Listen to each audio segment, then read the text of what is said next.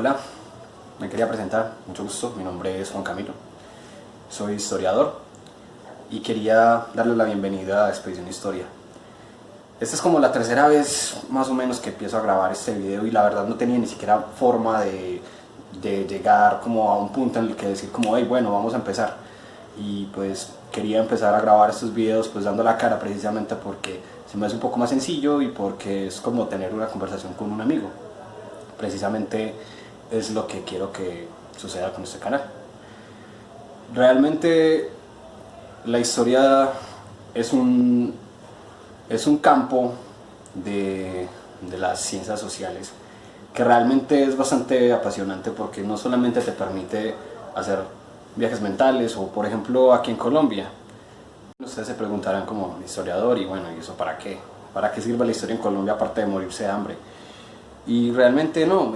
la historia es algo bastante apasionante, es un mundo que realmente llena el espíritu cuando le podemos encontrar el sabor.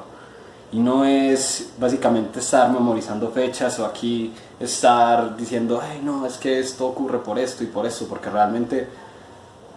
es más como un teléfono roto o como conocer los chismes de la cuadra, pero con rigor científico, por así decirlo.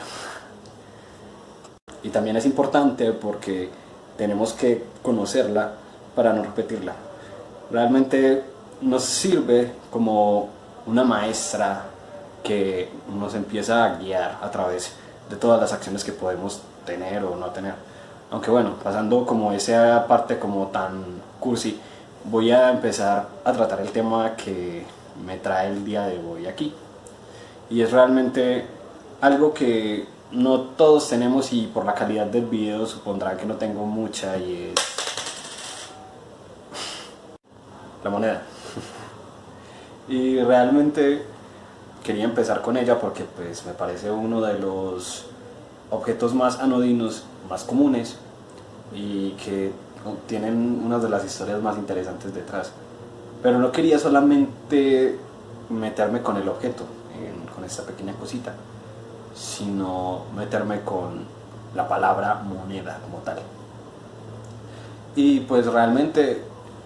al hablar de la moneda como un método de intercambio, pues no hay que consultar demasiado como para saber más o menos un poco en líneas generales en qué ha consistido su historia. Y es que desde más o menos hace 6000 años existieron diferentes civilizaciones que se empezaron a desarrollar. Empezaron a desarrollarse como los estadios más primitivos de la civilización egipcia, por ejemplo, de los sumerios, posteriormente de los acadios. Y esas civilizaciones tenían diferentes maneras de intercambiar sus recursos. Y la manera más común en la que nosotros empezamos a pensar sobre formas arcaicas de intercambio, o no arcaicas, sino formas antiguas en las que se presentaron intercambios comerciales, pues es el trueque y el intercambio de mercancías. Y este trueque precisamente es un resultado de excedentes de producción que vienen derivados de actividades agrícolas o actividades de caza, de pesca, etcétera, que dan unos réditos o unos excedentes que se pueden intercambiar por recursos que se necesiten. Y esta forma de comercio es, digamos, la más como cotidiana o la forma más como más común de realizar intercambios en diferentes civilizaciones, pero termina siendo un poco complicada porque siempre existen diferentes medios que no se pueden, llegamos a cuantificar de una forma muy fácil. Por ejemplo, cuántas vacas me cuesta un bulto de tomates, o por ejemplo, qué parte de mi cosecha tengo que dar para poder ganar cierta cantidad de ganado, o cómo se llegó a dar en diferentes situaciones, cuántas cabras, cuántas ovejas o cuántas mulas me cuesta, por ejemplo, tener un esclavo, o por ejemplo, cuánto ganado me cuesta conseguir una esposa, lamentablemente. Y estas formas digamos, intercambiar recursos, si bien han sido muy constantes alrededor de la historia, no han sido tampoco como las más generalizadas, en el sentido de que la moneda y las formas de intercambio un poco más poco comunes se han dado a través del tiempo. Una de esas maneras sería, por ejemplo, el intercambio por un bien específico que tiene un valor común para todos, por ejemplo, el oro. Otro de esos recursos podría ser, digamos, cacao, como sucedía con antiguas civilizaciones de Mesoamérica, o por ejemplo conchas de caurí o trozos de tela de seda, como ocurría en la antigua China. Y estas formas de intercambio realmente son formas en las que se, digamos, busca equilibrar lo que tiene uno por un lado y lo que tiene el otro por la otra parte, valga la redundancia, ya que el hecho de yo valorar los objetos también tienen digamos una contextualización, o sea, es referente, digamos, a la cantidad de recursos que hayan en la zona, dependiendo también mucho de la cultura, de las creencias religiosas, y es precisamente en lo que quiero, digamos, ahondar un poquito para empezar, digamos, a tratar el tema de la moneda. Y es que las transacciones, los negocios, han tenido una importancia bastante fuerte en las civilizaciones humanas, y realmente en la Sumeria, que es como vemos la civilización más emblemática cuando vamos a hablar de la antigüedad, se logra, digamos, avistar algo que es bastante recurrente en las diferentes civilizaciones posteriores, incluyendo a los egipcios, y es que existe una relación entre lo sagrado y la parte económica. Entonces, digamos que muchas veces, para usted garantizar la confianza con el otro, de que el otro no me va a tumbar, por así decirlo, que no me va a dar en la cabeza con el negocio que voy a hacer, precisamente se necesita un voto de confianza que normalmente era suplido por el templo. Entonces, muchas veces los templos de la antigüedad, desde la época de los sumerios, incluso hasta la época de los romanos, como vamos a ver un poco más adelante, se van a ligar la parte sagrada con la parte económica, por no decir que básicamente adoramos al dinero. Y esto es lo que precisamente nos da como la perspectiva en la que siempre existen, digamos, producción de pesos y producción de monedas mucho más adelante ligadas a los templos. Entonces, los contratos y las diferentes transacciones humanas que se dieron en estas primeras civilizaciones normalmente tenían que pasar por un filtro legal que era proporcionado normalmente por el templo o el palacio, dependiendo pues de la ciudad-estado o dependiendo como del contexto preciso, pero en términos generales era así. ¿Y por qué digo todo esto? Precisamente es porque en el estudio pues, de la historia antigua siempre se han determinado diferentes rasgos en los que siempre se ha buscado la matriz de diferentes puntos. Por ejemplo, en la civilización sumeria, el origen de su escritura tiene un uso práctico que viene precisamente de mantener contabilidad de entregas de granos, entregas de cantidades específicas de diferentes recursos hacia los, por ejemplo, los trabajadores del templo, hacia por ejemplo los sacerdotes. Estos pagos y también contratos que aparecían en la civilización sumeria nos hacen entender de que, digamos, tenían una función muy utilitaria, ya que la escritura no era algo que fuera muy común, y si uno va a decir que en la antigüedad el 1% de las personas sabían, digamos, algo de escritura, de ser demasiado optimista, porque realmente era algo completamente de la élite, o que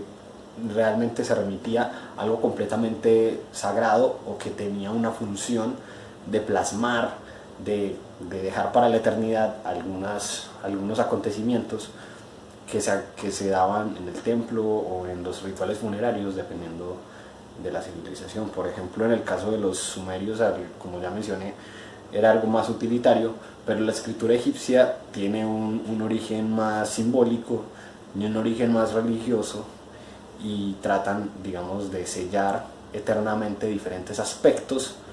con la escritura. El origen de la moneda como tal, como objeto, ya tendríamos que desplazarnos bastantes siglos más adelante, y es entre el siglo VII y el siglo VIII antes de Cristo, que fue una época en la que ya se empezaron a desarrollar diferentes armas de hierro y se le conoce como Edad del Hierro. Y este periodo está, digamos, también muy marcado por diferentes civilizaciones que fueron pereciendo y fueron surgiendo de una manera, digamos, bastante rápida, y que tuvieron diferentes reinados bastante efímeros, como se puede, digamos, constatar en textos como el Antiguo Testamento. Y en estos reinos que, digamos, tenían esta inestabilidad política, realmente empezaron a tener diferentes ideas en las que se podían organizar de una forma más eficiente el Estado, de una manera pues bastante utilitaria, obviamente. Y no ajeno a esto existió un reino en lo que actualmente conocemos como Turquía, en una región que se llama Anatolia, que se llamó el reino de Lidia, y es un reino bastante mítico porque es el reino donde estaba el mítico rey Midas. Y Midas realmente era, por así decirlo, una representación poética de la riqueza que tenía este reino. ¿Por qué lo decían los antiguos? Los griegos, incluyendo pues algunos cronistas,